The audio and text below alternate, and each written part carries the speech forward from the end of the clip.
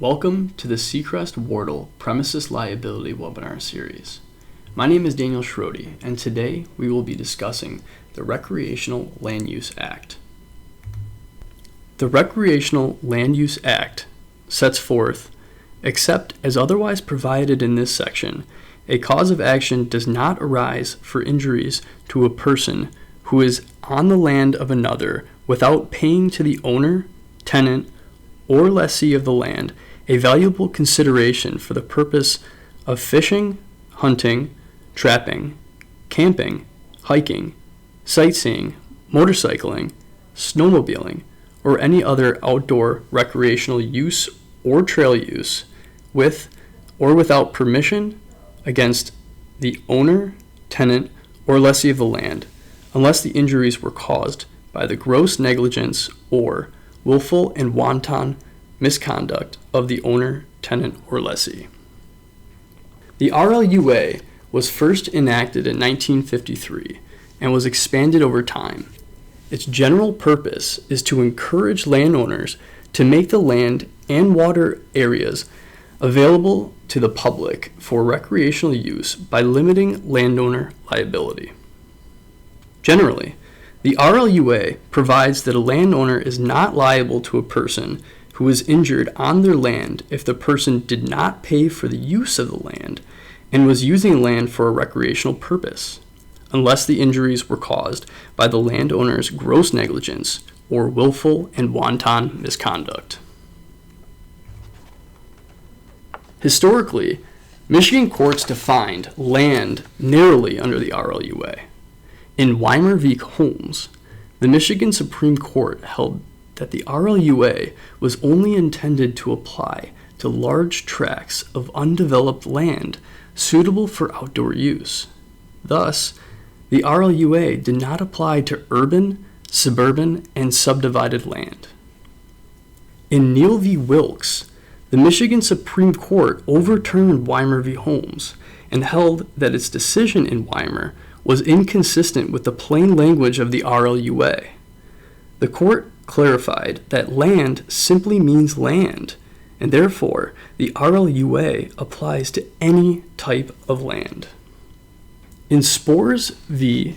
State of Michigan and Department of Natural Resources, the Court of Appeals further confirmed that the RLUA also applies to public land. The Supreme Court recently clarified what the phrases "for the purpose of" and "any other outdoor recreational use" in the RLUA mean. The courts look to the injured party's purpose at the time of the injury, not the initial purpose for which the injured party enters the land when determining if the RLUA applies. In Rott v. Rott, the Michigan Supreme Court made it clear that the RLUA is triggered when, at the time of the injury, a person is injured while on the land of another for the purpose of participating in recreational activities. The initial purpose for which one enters the land is not the proper focus. Accordingly, if the injured person enters the land to attend a birthday party but then went fishing and was injured, the RLUA could be invoked. The RLUA is worded to cover fishing, hunting, trapping, camping, hiking, sightseeing, motorcycling, snowmobiling, or any other outdoor recreational use or trail use. In Rott v. Rott, the Supreme Court held that the RLUA does not apply to any outdoor recreational activity and is limited to include only those outdoor recreational uses of the same kind, class, character, or nature as those specifically enumerated in the RLUA. The court further held that to qualify as any other outdoor recreational use, the activity must be one that traditionally could not be engaged indoors and one that requires nothing more than access to the land without needing to change it. Example: ziplining is not considered other outdoor recreational use covered by the RLUA because it requires making changes to the land. While ziplining is an activity that traditionally could only be performed outdoors, it is not an activity or use that requires only access to the land to enjoy. Ziplining cannot be performed without modifying or enhancing the land, and it is not possible to use a zipline without installing human-made ziplining equipment. Ziplining is also distinguishable from hunting and riding motorcycles, as one is perfectly capable of hunting and motorcycling without making any changes to the land, even though many hunters use a tree stand or blind and motorcyclists make tracks. When is a landowner liable?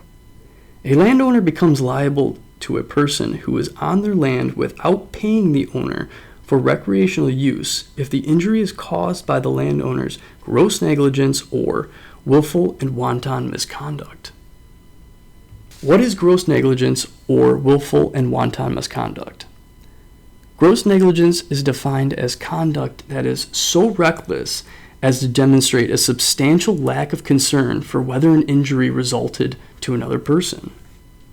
Willful and wanton misconduct is defined as conduct that shows an intent to harm or, if not that, such indifference to whether harm will result as to be the equivalent of a willingness that it does.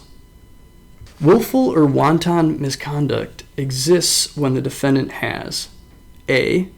knowledge of a situation requiring the exercise of ordinary care and diligence to avert injury to another.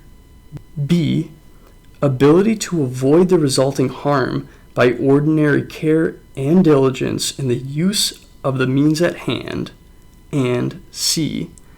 the failure to use such care and diligence when, to the ordinary mind, it is apparent that the result is likely to prove disastrous to another. Does the RLUA protect landowners when the injured person is a minor? The legislature enacted the RLUA to provide immunity for landowners from personal injury lawsuits by all persons using their property recreationally, regardless of age. Thus, the RLUA even protects landowners when a minor is injured. The RLUA does not create an exception to the statutory governmental immunity provided in MCL 691.1401. Therefore, unlike a non-governmental landowner, a government entity may not be sued for personal injuries resulting from the recreational use of its property, even when the injury is caused by gross negligence or willful and wanton misconduct, unless MCL 691.1401 authorizes the suit. However, if suit against a government entity is authorized, the RLUA can still be invoked. The RLUA bars any type of action, not just actions that sound in premises liability. The RLUA trumps the liability imposed by the Motor Vehicle Code. In the recent published decision of Estate of Riley Robinson v. Robinson, the Court of Appeals held that the RLUA trumped the owner's liability provision of the Michigan Motor Vehicle Code because the RLUA was the more specific statute. In Estate of Riley Robinson, a child passenger on an ATV was injured while the ATV was being driven on the defendant's land. The defendant owned the ATV, but was not driving it. Under the owner's liability provision of the Michigan Motor Vehicle Code, the owner of the motor vehicle, including an ATV or ORV, is liable for the injuries caused by the negligent operation of that vehicle. However, under the RLUA, a landowner typically is not liable to a person injured while engaging in the recreational use of an ATV. The Court of Appeals, citing the long-standing rule that the more specific statute controls, held that the pointed language of the RLUA applied with greater specificity to the facts of the case and that the defendant was therefore immune from suit. Per the court, the RLUA applied when someone was injured while on another's land for the specific purpose of recreational use of a motor vehicle. in this case an ATV, whereas the owner's liability provision of the Motor Vehicle Code generally applied to all motor vehicles in all places and all circumstances. The Michigan Supreme Court held that beach play is a recreational activity under the RLUA. In Auto v. Inn at Watervale, Inc., the plaintiff was injured when she stepped on hot coals in a fire pit while engaging in beach play, which included building sandcastles, throwing stones in the water, and splashing around. In determining that such beach play qualified as outdoor recreational use under the RLUA, the Supreme Court focused on the word recreational and defined that term as a means of refreshment or diversion.